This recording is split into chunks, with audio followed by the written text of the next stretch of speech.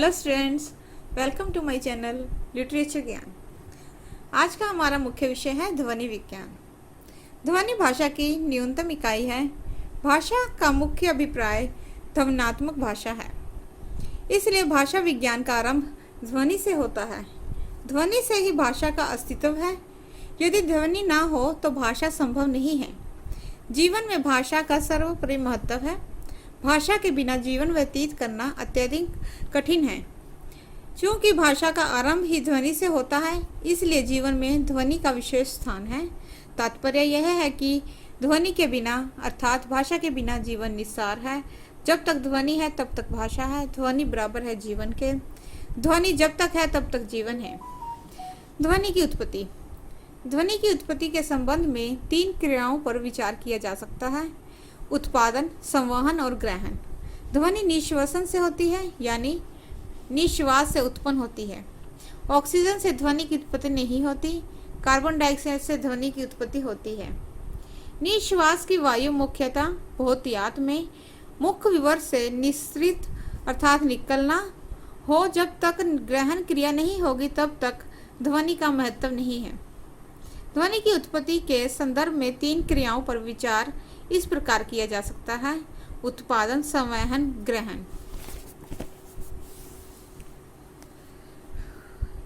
उत्पादन का संबंध ध्वनि यंत्र से है। ध्वनि यंत्र से ध्वनि का उत्पादन होता है। ध्वनि यंत्र से प्रश्वास अर्थात सांस लेना और निश्वास अर्थात सांस छोड़ना की क्रिया होती रहती है। इससे वायु निःसृत होती रहती है। निश्वास की क्रिया में जहाँ अवरोध उत्पन्न हुआ वहीं ध्वनि उत्पन्न हुई। अवरोध लगाने की क्रिया स्पष्ट होनी चाहिए। उत्पादन के बाद ग्रहण की स्थिति आती है। ध्वनि वायु पर सवार होती है। हमारा कर्ण विवर मुख से जुड़ा होता है।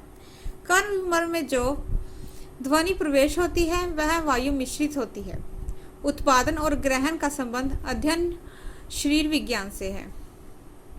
संवहन का संबंध भौतिकी से है। प्रकाश का वेग ध्वनि के वेग से अधिक होता है।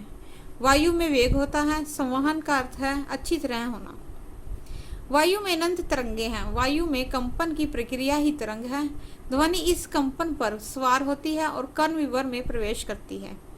जहाँ वायु शून्यता की स्थिति होती है वहाँ ध्वनि का संवहन नहीं होगा। संवहन की प्रक्रिया तभी पूरी होगी जब वायु उपलब्ध हो अर्थात वायु आवश्यक है। ध्वनि यंत्र।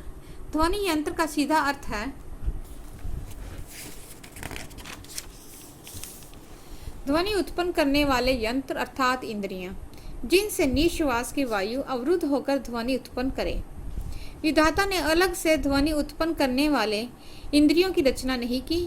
मुख विवर और नासिक विवर से ध्वनि उत्पन्न होती है। क्या यह दोनों इंद्रियां केवल ध्वनि उत्पन्न करने के लिए हैं? नहीं, इनके और भी कार्य हैं। ओष्ठ ध्वनि की उत्पत्ति में सहायक होते हैं। क्या इनका और काम नहीं है? उत्तर है हाँ, ये फाटक हैं।